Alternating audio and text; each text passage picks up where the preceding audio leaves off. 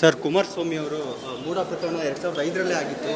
ಆವಾಗ ಉಪಮುಖ್ಯಮಂತ್ರಿಯಾಗಿ ಸಿದ್ದರಾಮಯ್ಯನವರೇ ಇದ್ರು. ಡಿಸಿ ಕನ್ವರ್ಷನ್ ನೋಡಪ್ಪ, ಇದರಲ್ಲಿ ಯಾವುದೇ ಕನ್ವರ್ಷನ್ ಆಗಿರೋದು ಇದಕ್ಕೂ ನಮ್ಗೆ ಸಂಬಂಧ ಇಲ್ಲ. ಅವ್ರು ನೋಡಿದೆ ನಾನು ಅಧಿಕಾರ ದುರುಪಯೋಗ ಮಾಡ್ಕೊಂಡಿದ್ದಾರೆ ಅಂತ ಅಲ್ವಾ? ಇದರಲ್ಲಿ ಯಾವ ಅಧಿಕಾರನೂ ದುರುಪಯೋಗ ಆಗಿಲ್ಲ. ಲೀಗಲ್ ಆಗಿ ಎಲ್ಲ ನಡೆದಿದೆ. ಅಬ್ಸಲ್ಯೂಟ್ಲಿ ಲೀಗಲ್ ಆಗಿದೆ. ನಡಿ. ಅಲ್ಲ, ಇದು ಕೋರ್ಟ್ಗೆ ಹೋಗ್ಬೇಕು. ಯಾರಾದ್ರೂ ಲಾಯರು ಕೋರ್ಟ್ಗೆ ಹೋಗ್ಲಿ, ಕೇಸ್ ಆಗಿದ್ರೆ ಒಳ್ಳೇದಾಗುತ್ತೆ ಅಂತ ಸರ್. ಕೋರ್ಟ್ಗೆ ಹೋಗ್ಲಿ ಬೇಡ ಅಂತವ್ರು ಯಾರು? ಈಗ ಇಲ್ಲಿವರೆಗೆ ಯಾರು ಕೋರ್ಟ್ಗೆ ಹೋಗಿಲ್ಲ. ಕೋರ್ಟ್ಗೆ ಹೋಗ್ಲಿ, ಅವರೇ ಹೋಗ್ಲಿ ಪಾಪ. ಕುಮಾರಸ್ವಾಮಿನೇ ಹೋಗ್ಲಿ. ಇದಿಷ್ಟು ಸಿಎಂ ಸಿದ್ದರಾಮಯ್ಯನವರ ಹೇಳಿಕೆ. ಮೂಡ ಪ್ರಕರಣದಲ್ಲಿ ಯಾವುದೇ ಹಗರಣ ಆಗಿಲ್ಲ. ಕುಮಾರಸ್ವಾಮಿ ಅವರ ಕೋರ್ಟ್ಗೆ ಹೋಗಿ ಫೈಟ್ ಮಾಡಲಿ, ಯಾವುದೇ ರೀತಿಯ ಇದರಲ್ಲಿ ಅಧಿಕಾರ ಹಸ್ತಕ್ಷೇಪ ಇಲ್ಲ ಅನ್ನೋ ಮಾತನ್ನು ಹೇಳ್ತಾ ಇದ್ದಾರೆ. ಕ್ಯಾಮರಾ ಪರ್ಸನ್ ಮಂಜು ಜೊತೆ ಸತೀಶ್ ಕುಮಾರ್, ರಿಪಬ್ಲಿಕ್ ಕನ್ನಡ. ಸರ್, ಕುಮಾರಸ್ವಾಮಿ ಅವರು ಮೂಡ ಪ್ರಕರಣ 2005ರಲ್ಲೇ ಆಗಿತ್ತು.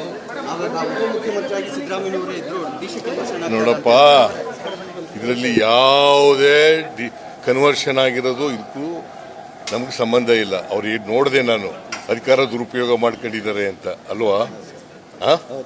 ಇದರಲ್ಲಿ ಯಾವ ಅಧಿಕಾರನೂ ದುರುಪಯೋಗ ಆಗಿಲ್ಲ. ಲೀಗಲ್ ಆಗಿ ಎಲ್ಲ ನಡೆದಿದೆ. ಅಬ್ಸಲ್ಯೂಟ್ಲಿ ಲೀಗಲ್ ಆಗಿದೆ. ನಡಿ. ಅಲ್ಲ, ಇದು ಕೋರ್ಟ್ಗೆ ಹೋಗ್ಬೇಕು. ಯಾರಾದ್ರೂ ಲಾಯರು ಕೋರ್ಟ್ಗೆ ಹೋಗ್ಲಿ, ಕೇಸ್ ಆಗಿದ್ರೆ ಒಳ್ಳೇದಾಗುತ್ತೆ ಅಂತ ಸರ್. ಕೋರ್ಟ್ಗೆ ಹೋಗ್ಲಿ ಬೇಡ ಅಂತವ್ರು ಯಾರು? ಈಗ ಇಲ್ಲಿವರೆಗೆ ಯಾರು ಕೋರ್ಟ್ಗೆ ಹೋಗಿಲ್ಲ. ಕೋರ್ಟ್ಗೆ ಹೋಗ್ಲಿ, ಅವರೇ ಹೋಗ್ಲಿ ಪಾಪ. ಕುಮಾರಸ್ವಾಮಿನೇ ಹೋಗ್ಲಿ. ಇದಿಷ್ಟು ಸಿಎಂ ಸಿದ್ದರಾಮಯ್ಯನವರ ಹೇಳಿಕೆ. ಮೂಡ ಪ್ರಕರಣದಲ್ಲಿ ಯಾವುದೇ ಹಗರಣ ಆಗಿಲ್ಲ.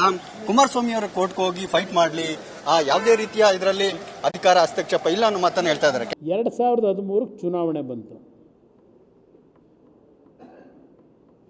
2013 ಚುನಾವಣೆಯಲ್ಲಿ ನಾವು ನಾಮಿನೇಷನ್ ಹಾಕಿದಾಗ ನಮ್ಮ ಆಸ್ತಿ ವಿವರಗಳ ಫೈಲ್ ಮಾಡಬೇಕಲ್ಲ, ಅಫಿಡವಿಟ್ ಹಾಕಬೇಕಲ್ಲ. 13ರಲ್ಲಿ ಈ ಪ್ರಾಪರ್ಟಿಯನ್ನು 10ನೇ ಇಸ್ವಿನಲ್ಲಿ ಇವ್ರ ಹೆಂಡತಿ ಹೆಸರಿಗೆ ಬಂದಿದೆ, ಮುಖ್ಯಮಂತ್ರಿಗಳ ಧರ್ಮಪತ್ನಿ ಹೆಸರಿಗೆ. ಆ ಪ್ರಾಪರ್ಟಿ ಬಂದಿರತಕ್ಕಂಥದ್ದನ್ನು ಏನಾದರೂ ಮಾಹಿತಿ ಇಟ್ಟಿದ್ದಾರೆ? 13 ಅಫಿಡವಿಟ್ನಲ್ಲಿ ಚುನಾವಣೆಗೆ ಅಫಿಡವಿಟ್ ಹಾಕಿದಾಗ ಯಾಕೆ ಅದನ್ನು ಮುಚ್ಚಿಟ್ಟಿದ್ರು?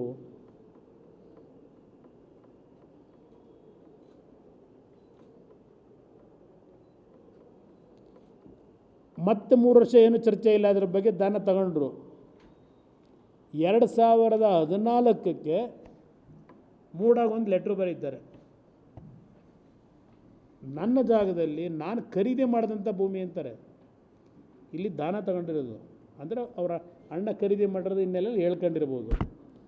ನನ್ನ ಖರೀದಿ ಭೂಮಿನಲ್ಲಿ ನೀವು ಅತಿಕ್ರಮಣ ಮಾಡಿ ಸೈಟೆಲ್ಲ ನಿರ್ಮಾಣ ಮಾಡ್ಕೊಂಬಿಟ್ಟಿದ್ದೀರಿ, ನನಗೆ 3 ಎಕರೆ 16 ಗುಂಟೆ ಬೇರೆ ಜಾಗ ಕೊಡಿ ಅಂತ ಕೇಳ್ತಾರೆ, ಅರ್ಜಿ ಹಾಕ್ತಾರೆ. ಆಗಿವ್ರು ಮುಖ್ಯಮಂತ್ರಿಗಳು, ರಾಜ್ಯದ ಮುಖ್ಯಮಂತ್ರಿಗಳು ಈ ಅರ್ಜಿ ಮೂಡಕ್ಕೆ ಕೊಟ್ಟಾಗ 2017ರವರೆಗೂ ಮತ್ತದು ಹಂಗೆ ಇರ್ತದೆ. 17ಕ್ಕೆ ಒಬ್ಬರು ಹೊಸ ಅಧ್ಯಕ್ಷರು ಬರ್ತಾರೆ, ಯಾರೋ ಧ್ರುವ ಕುಮಾರ ಯಾರೋ ಅಧ್ಯಕ್ಷರು ಬಂದರು. ಆಗೊಂದು ಕಮಿಟಿ ಫಾರಮ್ ಆಯ್ತಲ್ಲಿ ಮೂಡಾದಲ್ಲಿ. ಅಲ್ಲಿ ಹಲವಾರು ಸೀರೀಸ್ ಆಫ್ ಇದು ಅದೇ ಇರಲಿ. ಇಲ್ಲಿ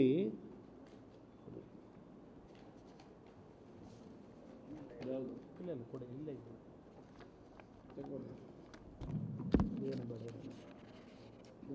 ಇಲ್ಲ, ಇದು ಪ್ರೊಸೀಡಿಂಗ್ ಭಾಳ ಇದ್ದಾವೆ ಬ್ರದರ್, ಇದೆಲ್ಲ ಪ್ರೊಸೀಡಿಂಗ್ಗಳು ಇದ್ದಾವೆ ಇಲ್ಲಿ. ಆಮೇಲೆ ಇಲ್ಲಿ ಈ ಜಮೀನು ಎಷ್ಟು ಕೊಡಬೇಕು ಅನ್ನೋದು ಇದೆ ಇದರಲ್ಲಿ. 3 ಎಕರೆಗೆ 2 ಸೈಟ್ ಕೊಡೋಕ್ಕೆ ಅವಕಾಶ ಇರೋದು ಇವ್ರ ನಿಯಮಾವಳಿಲಿ. 2 ಮೇಲೆ ಕೊಡೋಂಗಿಲ್ಲ. 3 ಎಕರೆಗೆ, 3ರಿಂದ 4 ಎಕರೆಗೆ 2 ಸೈಟ್ ಕೊಡೋಕ್ಕೆ ಅವಕಾಶ ಇರೋದು. ಅಂದರೆ ಎಲ್ಲಿ ಸೈಟ್ ಇವ್ರ ಭೂಮಿ ಹೋಗಿರುತ್ತೆ ಅಲ್ಲಿ ಕೊಡಬೇಕು. ವಿಜಯನಗರ ಲೇಔಟಲ್ಲೆಲ್ಲ ಕೊಡೋದು. ಇಲ್ಲಿ ಈ ಪ್ರೊಸೀಡಿಂಗ್ಗಳು ಇದ್ದಾವೆ. ಇದೆಲ್ಲ ಮೂಡ ಪ್ರೊಸೀಡಿಂಗ್ಗಳಿವೆಲ್ಲ ಏನೇನಾಗಿದೆ ಅಂತೇಳಿ ಎಲ್ಲ ಡಾಕ್ಯುಮೆಂಟ್ ಕೊಡ್ತೀನಿ, ನಿಮಗೇನು ತೊಂದರೆ ಇಲ್ಲ. ಇಲ್ಲಿ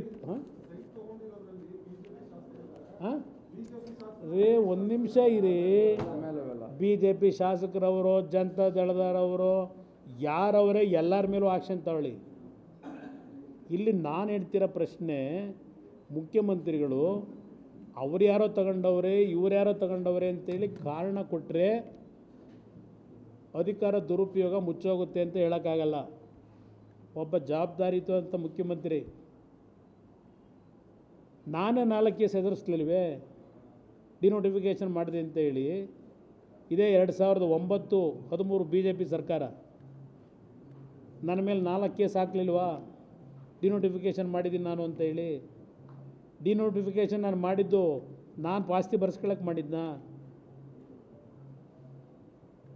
ಯಾರ ಜನ ಬಂದು ರಿಕ್ವೆಸ್ಟ್ ಮಾಡಿದರು, ಡಿನೋಟಿಫಿಕೇಷನ್ ನನ್ನ ಕಾಲದಲ್ಲಿ ಆಗಿತ್ತು. ನಾನು ಡಿನೋಟಿಫಿಕೇಷನ್ ಮಾಡಿದಾಗ ಯಾವುದು ಫೈನಲ್ ನೋಟಿಫಿಕೇಷನ್ ಇರಲಿಲ್ಲ.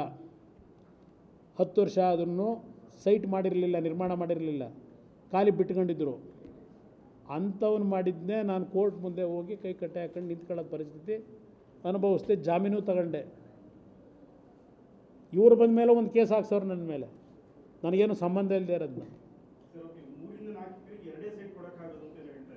ಇಲ್ಲಿ ನಿಮ್ಮ ನಿಯಮಾವಳಿ ಅದು ನಿಮ್ಮ ಬೈಲ ಇಲ್ಲಿರೋದು, ನಾನು ಹೇಳ್ತಿರೋದಲ್ಲ ಇದು. ಈ ನಿಮ್ಮ CITV ಅವರು ಮಾಡ್ಕೊಂಡಿರೋದು 1 ಎಕರೆ ಹೋದರೆ ಎಷ್ಟು ಕೊಡಬೇಕು, ಎಷ್ಟು ಅಡಿ, 2 ಎಕರೆಯಿಂದ 3 ಎಕರೆಗೆ ಎಷ್ಟು ಕೊಡಬೇಕು, 3 ಎಕರೆಯಿಂದ 4 ಎಕರೆಗೆ ಎಷ್ಟು ಕೊಡಬೇಕು ಸೈಟು, 4 ಎಕರೆಯಿಂದ 6 ಎಕರೆ ಆದರೆ ಎಷ್ಟು ಕೊಡಬೇಕು, 7 ಎಕರೆ ಮೇಲಾದರೆ ಎಷ್ಟು ಕೊಡಬೇಕು, ಅವ್ರು ಮಾಡ್ಕೊಂಡಿರೋ ಬೈಲ. ಹಾಂ, 17ರಲ್ಲಿ ಅವರು ರಾಜ್ಯ ಸರ್ಕಾರಕ್ಕೆ ಕಳಿಸ್ತಾರೆ.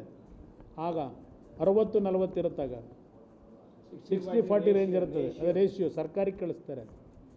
17ಕ್ಕೆ ಕಳಿಸಿದ್ದು ಆಗಲೂ ಆಗಲ್ಲ ಅವರಿಗೆ. ಆಮೇಲೆ 2020ರಲ್ಲಿ ಯಾವಾಗ ತಗೊಂಡಿದ್ದು ತೀರ್ಮಾನಗಳು ಮಾಡಿ ಒಂದೇ ದಿವಸ ಜಲದರ್ಶಿನಿ ಗೆಸ್ಟ್ ಹೌಸ್ನಲ್ಲಿ 5/1/22ಕ್ಕೆ ಈ 15 ಸೈಟು 14 ಸೈಟು ಕೊಡೋದು. ಜಲದರ್ಶಿನಿ ಗೆಸ್ಟ್ ಹೌಸ್ನಲ್ಲಿ ಕರ್ಕೊಂಡೋಗಿ ರಿಜಿಸ್ಟರ್ ಕಚೇರಿ 1000 ರೂಪಾಯಿಗೆ ಒಂದೊಂದು ಸೈಟ್ 1000 ರೂಪಾಯಿ ಥರ ಇಷ್ಟು 14 ಸೈಟು ಒಂದೇ ದಿವಸ ಸಬ್ ರಿಜಿಸ್ಟ್ರಾರ್ ಕರೆಸಿ ಜಲದರ್ಶಿನಿ ಗೆಸ್ಟ್ ಹೌಸಲ್ಲಿ ಆಗ್ತದೆ.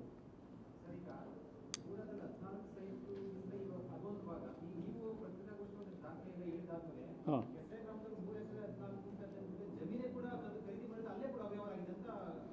ನೀವು ಅವ್ರದ್ದು ಜಮೀನೇ ಅಲ್ಲ ಅದು.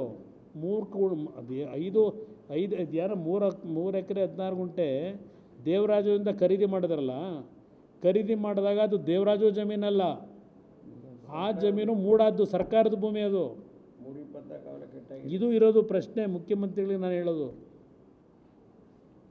3 ಎಕರೆ 16 ಗುಂಟೆ ನಿಮ್ಮ ಸ್ವಂತ ಆಸ್ತಿ ಅಲ್ಲ, ನಿಮ್ಮ ಬಾಂಬೈದ ಅದು ಸ್ವಂತ ಆಸ್ತಿ ಅಲ್ಲ, ಅದು ಮೂಡ ಜಮೀನದು. 3,16,000 ದುಡ್ಡು ಕಟ್ಟಿಬಿಟ್ಟವ್ರು ಆಗಲೇ. ಮೂಡಾದಿಂದ ದುಡ್ಡು ಕಟ್ಟವ್ರಲ್ಲಿ ಆ ಲ್ಯಾಂಡಿಗೆ ಅಕ್ವೈರ್ ಮಾಡ್ಕೊಂಡಾಗ. ಅದರಿಂದ ಇವೆಲ್ಲ ಹಲವಾರು ವಿಷಯಗಳು 50-50 ಮಾಡಿ ಅದೇನೋ ಕೊಟ್ಕೊಂಡವ್ರು. 14 ಸೈಟ್ ಕೊಟ್ಟವ್ರೆ, ಅಲ್ಲಿ ರಿಜಿಸ್ಟರ್ ಆಗಿರೋದು. ಅಲ್ಲಿ ಕರೆಸಿ ಸಬ್ ರಿಜಿಸ್ಟ್ರಾರ್ನ ಡಿಸ್ಪ್ಯೂಟ್ ಇದೆ ಅಂತ ಕಟ್ಟಿದ್ದೀವಿ ಅಂತ ಇದೆ. ಅಲ್ಲಿ ದುಡ್ಡು ಕಟ್ಟಾಗಿದೆ, ದುಡ್ಡು ವಾಪಸ್ ಅವ್ರಿಗೆ. ಈಗ ನಿಂಗೆ ಬದುಕೇ ಇಲ್ಲದೆ ಇದ್ದಾಗ ನಿಂಗನ ಹೆಸ್ರಿಗೆ ಹೆಂಗೆ ದುಡ್ಡು ಕಟ್ಟಿದ್ರೆ ಅಲ್ಲಿ ಅದು ಹೆಂಗೆ ತೋರಿಸ್ಕೊತಾರೆ? ಭಾಳ ಫಿಶಿ ಇದೆ ಇದರಲ್ಲಿ. ಮುಖ್ಯಮಂತ್ರಿಗಳು ಒಬ್ಬ ರಾಜ್ಯದ ಜವಾಬ್ದಾರಿಯುತ ಅಧಿಕಾರ ಸ್ಥಾನಗಳನ್ನು ಎಂಜಾಯ್ ಮಾಡಿ ಇವತ್ತು ಈ ಪರಿಸ್ಥಿತಿ ಪಾಪ ದೇವೇಗೌಡರಿಗೂ ನಡೀತಲ್ಲ. ಭಾಳ COD ಎನ್ಕ್ವೈರಿಗಳು, ಲೋಕಾಯುಕ್ತ ಎನ್ಕ್ವೈರಿಗಳು ನಡೆಸಿದ್ದೀವಿ. ನಮ್ಮ ಕುಟುಂಬದಲ್ಲೂ ಏನೇನು ನಡೆದಿದೆ ನಮ್ಮ ಕುಟುಂಬಕ್ಕೆ ಎಲ್ಲ ನೋಡ್ಕೊಂಬಂದಿದ್ವಿ ಚಿಕ್ಕ ಮಕ್ಕಳಿಂದನೂ. ಇವತ್ತು ಇವೆಲ್ಲ ಪ್ರಕರಣ ತೆಗೆದ್ರೆ ಮೈಸೂರದು ಅಂತ ತಗೋಬೇಡಿ. ಹಲವಾರು ನಿಮ್ಮ ಶಿವಮೊಗ್ಗಕ್ಕೆ ಹೋಗ್ತಿರೋ, ಹಾಸನಕ್ಕೆ ಹೋಗ್ತಿರೋ, ಎಲ್ಲಿ ಹೋಗ್ತಿರೋ ಎಲ್ಲ ಕಡೆ ಇದೇ ನಡೀತಿದೆ. ಇಲ್ಲಿ ಪ್ರಶ್ನೆ ಮೂಡಾದಲ್ಲಿ ನಡೀತಿರೋ ಹಗರಣ ಒಂದು ಕಡೆ ಇಟ್ಟುಬಿಡಿ, ಮೂಡ ಹಗರಣ ಬೇರೆ. ಇಲ್ಲಿ ಮುಖ್ಯಮಂತ್ರಿಗಳ ಕುಟುಂಬದಲ್ಲಿ ನಡೆದಿರ್ತಕ್ಕಂಥ ಈ ಅವ್ಯವಹಾರ ಇದೆಯಲ್ಲ, ಇದು ಇರ್ತಕ್ಕಂಥದ್ದು ಇಲ್ಲಿ ಪ್ರಶ್ನೆ. ಈಗ ಆಗಿದೆ ಯಡಿಯೂರಪ್ಪನವರು, ನಾವು ಆಗ ನಡೀತಲ್ಲ 2009ರಲ್ಲಿ ಆ ಸಂದರ್ಭದಲ್ಲೂ ಕೋರ್ಟು ಕಚೇರಿ ಅವರು ಅಲ್ಲದ್ರು. ಹಾಗಂಗಿದ್ರೆ ಲಿಂಗಾಯತರು ಮುಖ್ಯಮಂತ್ರಿ ಅಂತ ಹೇಳಿ ಹಸುವೆಯಿಂದ ಯಡಿಯೂರಪ್ಪನ ಇಳಿಸ್ಬೇಕು ಅಂತ ಹೋದ್ರು ಅಂತ ಯಡಿಯೂರಪ್ಪನವ್ರು ಹೇಳಿದ್ರ? ಈಗ ನಮ್ಮ ಮೇಲೂ ನಡೀತು.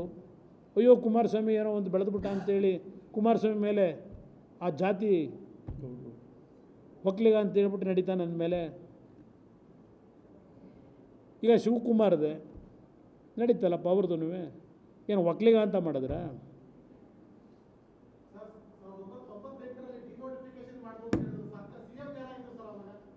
98ರಲ್ಲಿ ಡೆಪ್ಟಿ ಸಿ ಎಮ್ ಯಾರಿದ್ರು?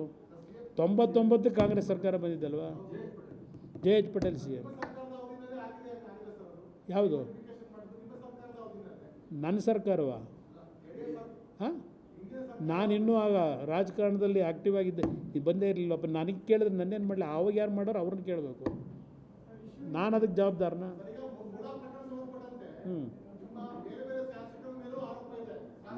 ಬ್ರದರ್,